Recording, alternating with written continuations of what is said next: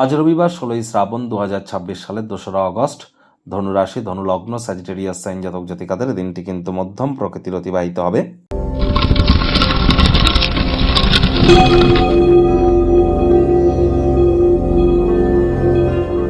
ভিডিওটির শুরুতেই স্ক্রিনে আপনারা দেখতে পাচ্ছেন সূর্যদেবের প্রণাম মন্ত্র।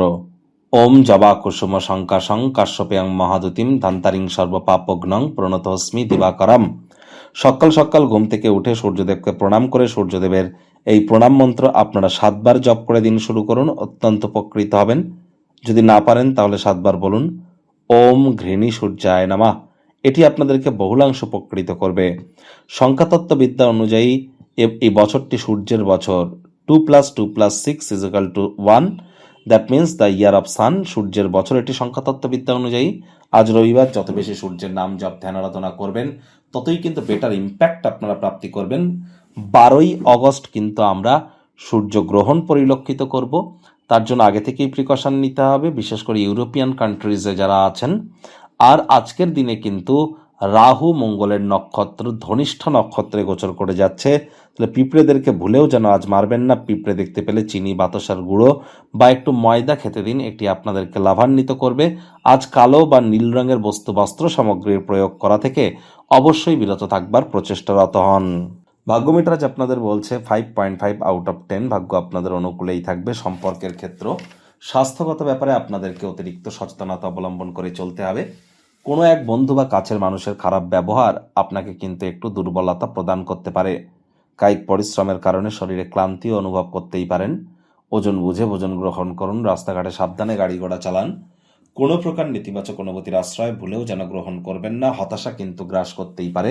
নিজেকে ঠান্ডা রাখার চেষ্টা করুন, এটা যেন আপনাকে বিধ্বস্ত না করে। পারলে ঝামেলা অ্যাভয়েড করুন। আপনার আর্থিক জীবন আরও সমৃদ্ধ হবে। আয় ইনকাম বাড়বে। নতুন উদ্যোগ, পরিকল্পনা, নির্মাণ কার্যের শুরুয়াত আজ করা যেতেই পারে। চাকরিজীবীদের অফিসের পরিবেশ এক প্রকার বেশ। বস কলিগদের সাথে ভাব ভালোবাসা বাড়বে। কর্মে গতি অনুভব করবেন। নিজের মেধা, দক্ষতা, ট্যালেন্টের দৌলতে প্রশংসার পাত্রপাত্রীও আপনারা হতেই পারেন। রাজনীতিবিদ যারা আছেন জনসংযোগ বৃদ্ধি করুন। সমাজে পপুলারিটিও বাড়বে। শিক্ষার্থী বিদ্যার্থীদের পড়াশোনায় মনোযোগ আরও বৃদ্ধি করতে হবে। উচ্চশিক্ষার জন্য যারা বিদেশ যাত্রার কথা ভাবছিলেন, ভাগ্যদেবীও আজ আপনাদের পক্ষে নেই। সন্তান সন্ততি থেকে থাকলে তাদের দিকে সজাগ দৃষ্টি আপনারা বজায় রাখুন। হাউস ওয়াইফ যারা আছেন দিনের শুরুটা তাড়াতাড়ি করুন। প্রেমিক প্রেমিকা, স্বামী স্ত্রী, না ভাব ভালোবাসা, রোম্যান্স, না তর্ক বিতর্ক, অশান্তি, কোনোটাতেই বাড়াবাড়ি যেন করবেন না। অন্যান্য দিনের ন্যায় আজকের দিনটিকে সাধারণ হিসাবে ট্রিট করবার আপ্রাণ প্রচেষ্টা আপনাদেরকে করতে হবে। শত্রুপক্ষ বিরোধী পক্ষ একটু হলেও শক্তিশালী থাকছে।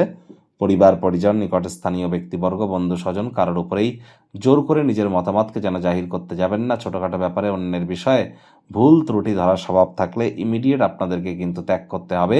আজ আপনারা অবশ্যই অবসরকালীন সময়ে ইন্টারনেট অফ থিংসের মধ্য দিয়ে কোয়ালিটি টাইম পাস করতে পারেন।